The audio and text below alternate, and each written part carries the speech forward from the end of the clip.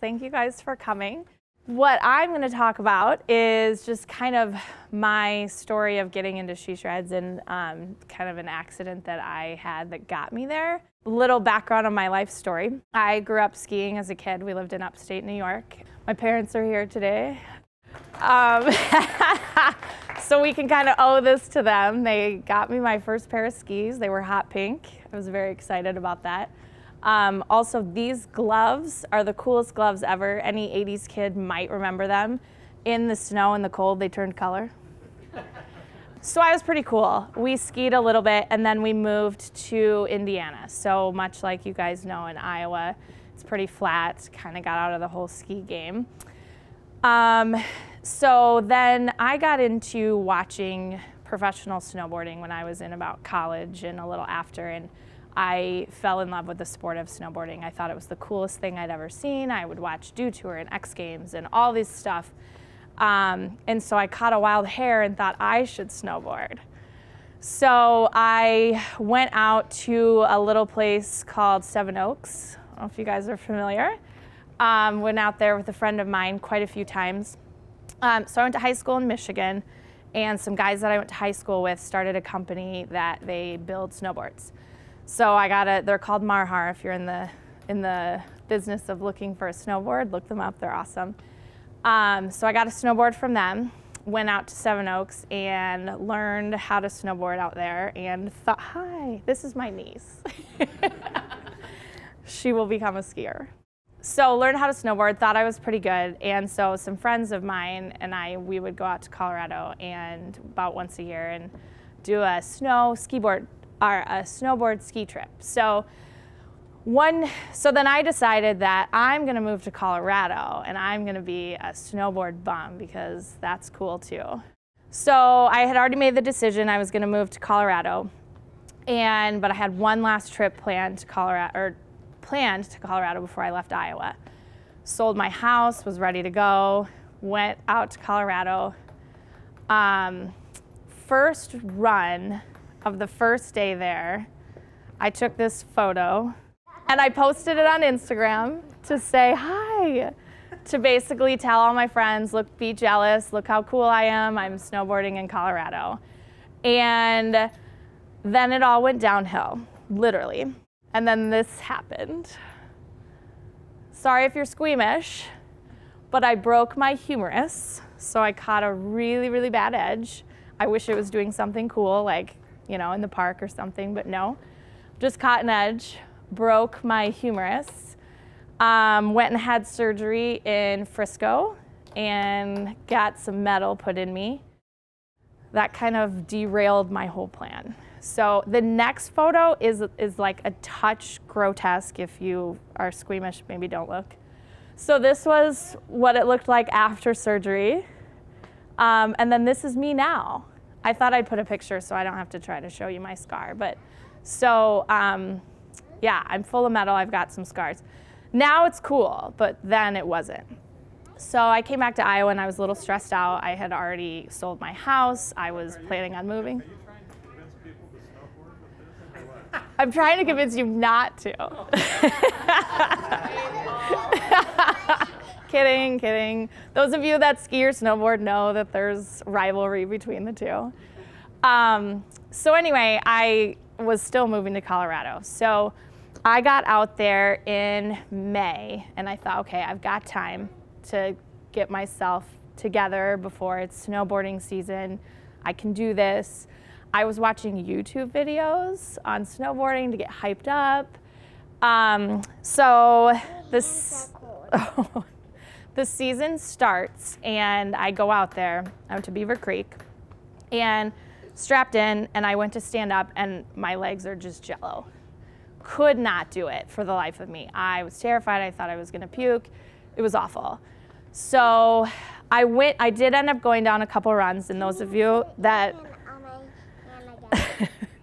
those of you that are snowboarders know how awful this is, but I was going heel side the whole way, so it's exhausting. It's not fun. So that was the end of snowboarding life for me. I thought, I can't do it. There's a lot of other cool stuff in Colorado. No big deal. So I have some friends who just didn't take that as the final for me, which is great. So surround yourself with good people. And so they know my love for snow and outdoors, and they kind of really pushed me into try to find something that gets you out there. You grew up skiing, maybe go back to skiing. So a friend of mine actually sent me a pair of skis. And so I thought, okay, I'm gonna do this. I took a couple lessons, got back out on skis. Didn't think it was as cool as snowboarding, but I was out there and I was still in the snow. This is me now. I'm a skier. Woo! But what happened, it took me a long time to get here. So I'm going down greens, probably the bunny hills at some point. I'm on the magic carpet with the little kids. I mean, very beginning. So what was really tough for me was the friends of mine that I would ski with or snowboard with, they didn't want to do that. That's not fun for them. So I struggled a lot with my own confidence in, I didn't want to get hurt again.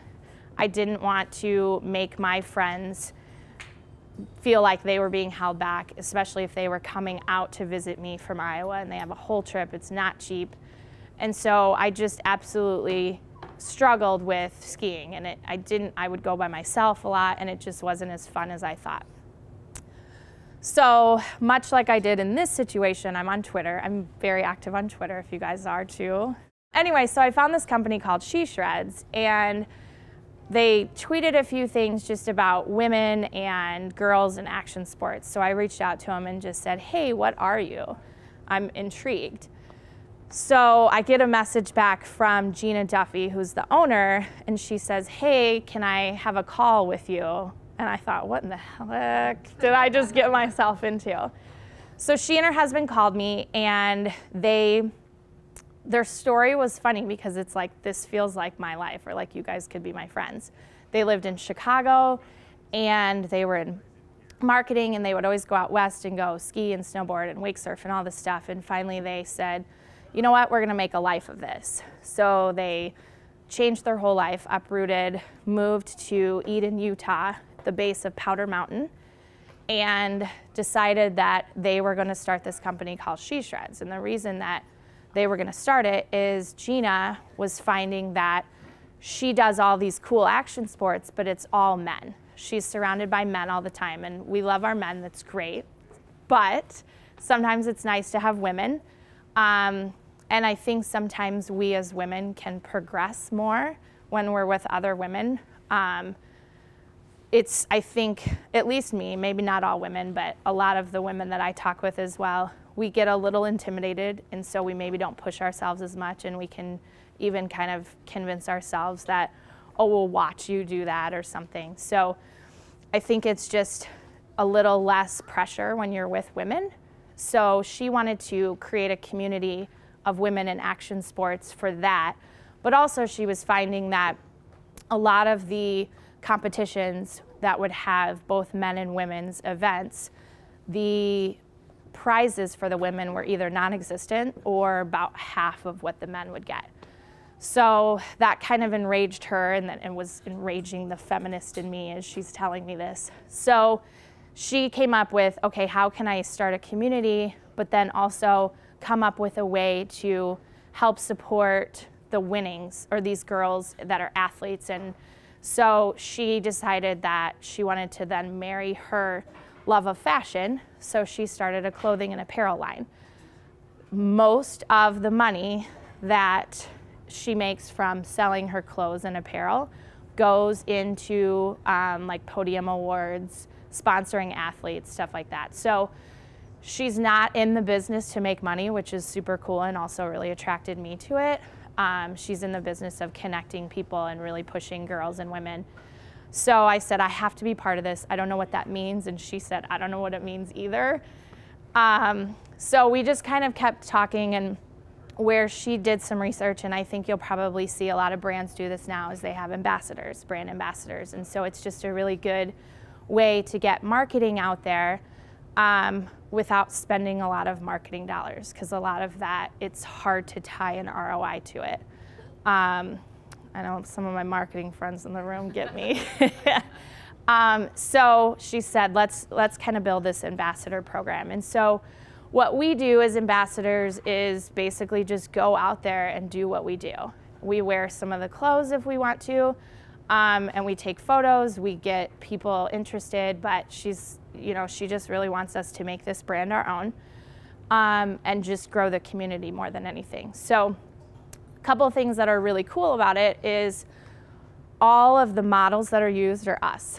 We send in action shots of us, and that's what they use for their marketing. So there's no models out there. They do some professional photo shoots, but it's all us that are part of this program. We help design the clothing because we want it to be stuff that we wear. So like this sweatshirt, for example, it's a snowboarding, skiing sweatshirt. I made my sister wear one as well. I have skied in that sweatshirt so many times. It's longer, it kind of covers your butt. Especially if you're a snowboarder, you spend a lot of time on your butt. These are good for that. And then they ask for ideas. What do you guys want to do?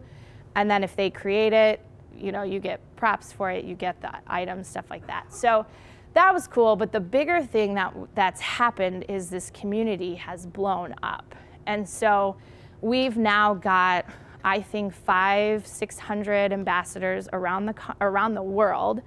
We've got a couple athletes that are sponsored. And so the way we stay a community is we have Facebook pages. And so we've got a couple levels of them now. The original Facebook page is just ambassadors. You've got to be an ambassador in the program. To be an ambassador, you don't have to do anything other than sign up and be on Facebook and not be a jerk. That's kind of the main thing. Like oh, thank you. We're a group of women who support each other. And you would think with that many women, there'd be problems. I think we've had one issue where we had to tell a girl to leave. And it's all ages. We've got one girl, I want to say she's maybe 7 or 8 in Russia, and this girl is ripping. Like, she's going through the park, flying through the air. She's like 7 or 8. And then we've got people like me who are in my mid-30s and cruising grandma style down some greens and maybe a blue if I'm feeling good that day. But we all are out there, and we're supporting each other and asking each other for advice and things like that. We've got a lot of middle school and high school girls, and I'm so glad that I'm not in middle school or high school right now because it's tough. And so these girls have a place to go to say, hey, this happened to me.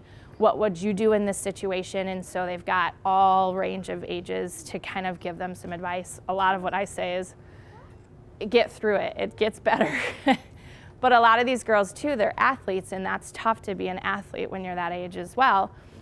A lot of what we hear is we're competing against the boys and it's tough and we're not getting what they're getting and that type of thing. So then when we hear that, it's how can we go out and show support, that type of thing. And so the next kind of level up, so then this group of girls just got super into it. And so what we do is I post stuff on social media all the time. We send in photos and videos of us doing stuff, and then there's a weekly edit that's put out.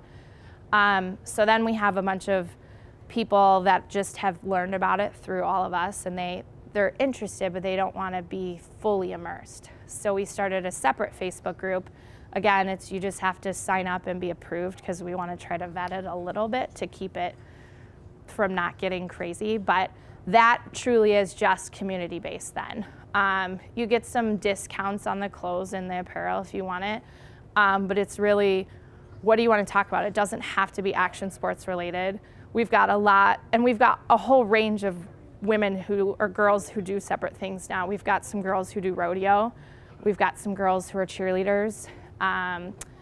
We've got a lot of wake surfers, snowboarders, skiers, motocross, I don't know what it's called, the like longboards, and they fly down the road like really steep. I don't even know what it's called. But this like just incredible amount of women who do these really, really incredible things, but they're there, right? So anything you want to do, you don't have to feel like I'm not good enough or I'm not a professional athlete or whatever, but you could be talking to one.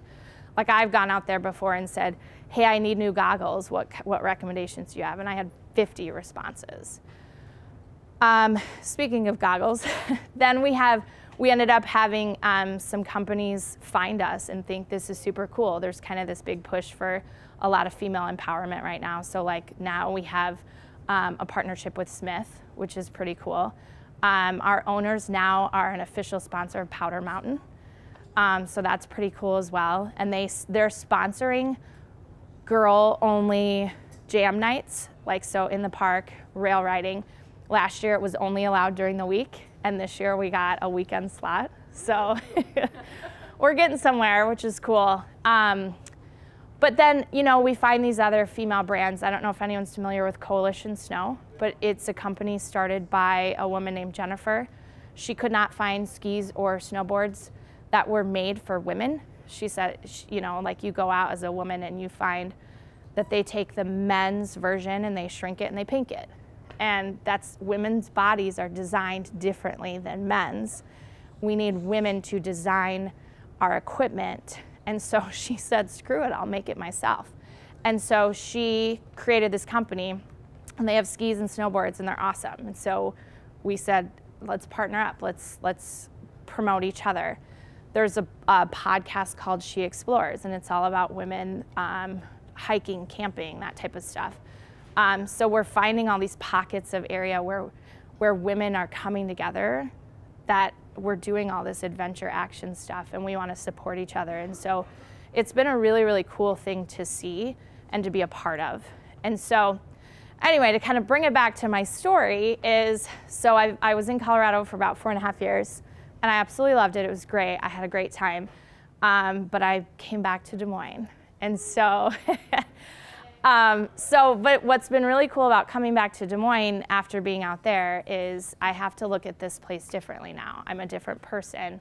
I enjoy different things than when I lived here before. So I'm looking around going, what is it around my home that I can do that's cool? There's hiking, there's camping, I know the bike community is huge, but there's other types of biking besides road biking. Like when I left, it was people road bike. Now my roommate's got four and I'm jealous. I might be next, but there's just a whole slew of cool things to do. There's stand-up paddleboarding, kayaking. I was just talking, what's your name? I'm sorry. Carol, she just got a kayak. So there's really cool stuff around. And so now what I do is I'm looking at Iowa differently and where is the adventure? And places like this, you know, you can rent snowshoes here. Isn't that cool? I didn't know that until recently. It doesn't have to be like a certain amount of snowfall, but like you can rent snowshoes. So this place is super cool. I thought it was cool before, but so anyway, so not only am I looking at it differently, but I'm also looking for different groups of people. And so I'm kind of taking what I got from She Shreds and saying, okay, how can I build a community here? So yes, obviously, like I kind of focused more towards like women-based groups, especially for kind of action sports, but I do a lot with men as well, and so I don't want to exclude these. So I'm glad that some of you guys are here. But I feel like what I want to come from my experience and what I can maybe bring to this community is how can we bring people together so that it's not always looking for an organized event. You may say, hey, I want to go kayaking. Where can I even put it out there to see if anybody else wants to go? I feel like there's a ton of bike groups, and maybe I just know that because I know a lot of bikers, but are there groups for kayakers? Is there a group where somebody could say, hey, I want to go find a place to hike around and camp for the weekend. Does anybody want to go? So that's what I'm hoping comes from this. So if anybody's interested in helping me or joining up, let's start it. Let's start a movement. And then also, let's be good role models for our kids. I feel like that's super great that the kids came out, and let's push these kids to be active and show them how we can be supportive of each other and grow a community as well.